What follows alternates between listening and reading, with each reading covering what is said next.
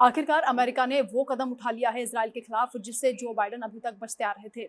आखिर हथियारों की जो सप्लाई है वो क्यों रोकी गई है और क्या अमेरिका इजराइल का साथ बीच रास्ते में छोड़ना चाहता है? पूरी डिटेल आपको बताएंगे। नमस्कार, आप देख रहे हैं इन खबर, आपके साथ में हूं वंदना स्टोरी। इजराइल और हमास का युद्ध चलते हुए 6 महीने से ज्यादा का वक्त बीत चुका है और लगातार इजराइल पर अब दबाव बन रहा है कि वो इस युद्ध पर विराम लगाए। इसके लिए कई तरह के रास्ते अपनाए गए हैं। हमास के साथ समझौते को लेकर इजराइल कई बार हमास को नसीहत दे चुका है। अभी हाल ही में 1 हफ्ते का अल्टीमेटम हमास को दिया गया था जिसमें कहा गया था कि वो बंधकों को रिहा करे और जो शर्तें हैं उन्हें मानकर समझौता करे ताकि इस युद्ध पर विराम लगाया जा सके।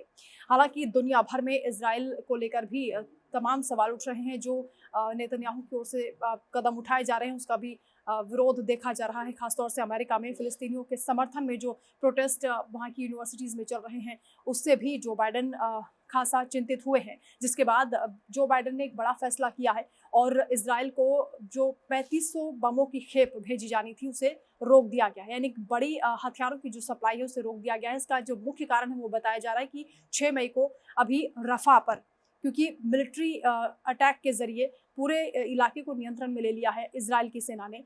वहां पर ग्राउंड फोर्स लगा दी गई है, एयरफोर्स लगा दी गई है, लेकिन इसके लिए पहले से ही अमेरिका ने इजराइल को चेताया था। रफा वो इलाका है, दक्षिणी गाजा का वो हिस्सा जहां पर अभी लाखों की संख्या में शरणार्थी रुके हुए हैं। यानी वो एंट्री पॉइंट है जहां से गाजा तक मदद पहुंचती है। गाजा तक जो मदद दूसरे देश भी पहुंचाते हैं उसके लिए सप्लाई यहीं से होती है। यानी शरणार्थियों तक जो लोग वहां पर बचे हुए हैं, जो वहां इस वक्त बदहाली झेल रहे हैं, उन तक मदद पहुंचाने का रास्ता अगर रफा पर अटैक हो जाता है तो वो बंद हो जाएगा। लेकिन 6 मई को जिस तरह से इसराइल की ओर से वहां पर अटैक करने की कोशिश की गई है या उस पूरे एरिया को कंट्रोल में कर लिया गया है, उसके बाद से ही चिंता बढ़ गई है। जो बाइडेन पहले ही ये बात कह चुके हैं कि इस तरह का कदम नहीं उठाया जाना चाहिए। खासतौर से रफा पर अगर अटैक होता है तो वो सैन्य मदद नहीं करेंगे। आपको बता दें कि जब जो बाइडेन इजराइल पहुंचे थे, जब हमास के साथ युद्ध इजराइल का शुरू हुआ था, उस दौरान भी उन्होंने ये बात कही थी कि इजराइल खुद को नियंत्रण में रखकर संयम बरतते हुए कार्रवाई करे ताकि जो आम नागरिक हैं या जो शरणार्थी वहां पर रुके हुए हैं उन पर अटैक ना हो या उन्हें इस समस्या का सामना ना करना पड़े। लेकिन अभी भी आपको बता दें कि 2.5 मिलियन लोग ऐसे हैं जो इस वक्त भूखमरी की कगार पर हैं, जो बदहाली झेल रहे हैं, जो बेघर हो चुके हैं। और गाजा में इस वक्त 2.5 मिलियन लोग हैं जो परेशान हैं। लेकिन रफा में भी लाखों की संख्या में लोग शरण लिए हुए हैं जहां पर उनके लिए बाहर से सप्लाई किया जा रहा है, फूड और तमाम तरह की जो जरूरी चीजें हैं उन तक मदद पहुंचाई जा रही है। लेकिन अब रफा पर भी अटैक करने की कोशिश आखिर इजराइल ने क्यों की है ये भी आपको बता देते हैं। दरअसल हमास के साथ समझौते की बात इजराइल ने की थी, जिस पर हमास ने संकेत तो दिए हैं सकारात्मक, लेकिन 250 बंधकों में से केवल 20 बंधक छुड़ाने की उसने बात कही है कि वो केवल 20 बंधकों को रिहा करेगा। यानी जो शर्तें रखी गई हैं उन शर्तों पर हमास पूरा उतरने के लिए तैयार नहीं है। ऐसे में नेतन्याहू भी अपने देश के नागरिकों के दबाव को झेल रहे हैं, क्योंकि जो बंधक बनाए गए हैं लोग, उन्हें छुड़ाने की भी लगातार ये कोशिश की जा रही है। जो प्रोटेस्ट हो रहे हैं उसमें दबाव सरकार पर बनाया जा रहा है। बेंजामिन नेतन्याहू पर इस बात का प्रेशर है कि वो अपने नागरिकों को वहां से छुड़ाएं। लेकिन हमास जब बात नहीं सुन रहा है तो उन्हें अटैक करने के लिए कई बार नसीहत दी जा चुकी है। उसके बावजूद हमास भी पीछे हटने को तैयार नहीं है।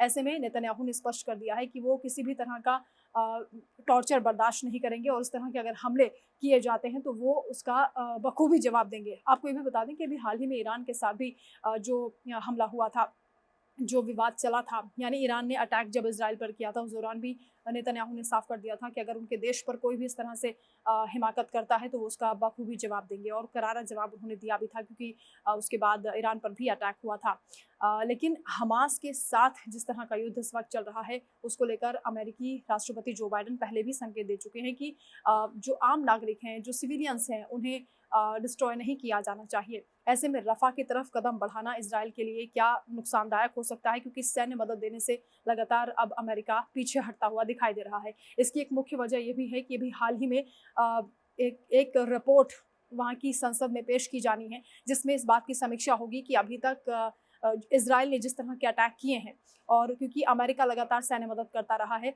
उसमें इजराइल ने क्या उन कानूनों का, उन नियमों का पालन किया है जो इंटरनेशनल लॉ के मुताबिक, अमेरिकन लॉ के मुताबिक होते हैं। अगर उनका उल्लंघन किया गया होगा तो आगे सैन्य मदद देने से अमेरिका साफ इनकार कर सकता है। यानी इजराइल की मुश्किलें अब बढ़ती हुई नजर आ रही हैं, क्योंकि अमेरिका ने साथ छोड़ना शुरू कर दिया है।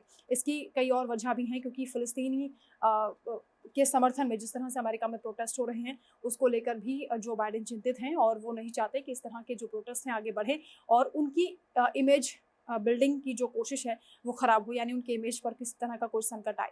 फिलहाल अब ये देखना होगा कि रफा पर क्या इजराइल वाकई उतने खतरनाक मंसूबों के साथ अटैक करना चाहता है जितनी नसीहत लगातार उनकी ओर से दी जा रही, जो चेतावनी दी जा रही, क्योंकि वहां पर जिस तरह की फोर्स डिप्लॉय की गई है उससे ऐसा लगता है कि आने वाले वक्त में बहुत बड़ा अटैक हो सकता है। लेकिन उम्मीद ये करते हैं कि हमास और इजराइल के बीच समझौता जल्द हो और इस तरह के युद्ध पर विराम लग सके।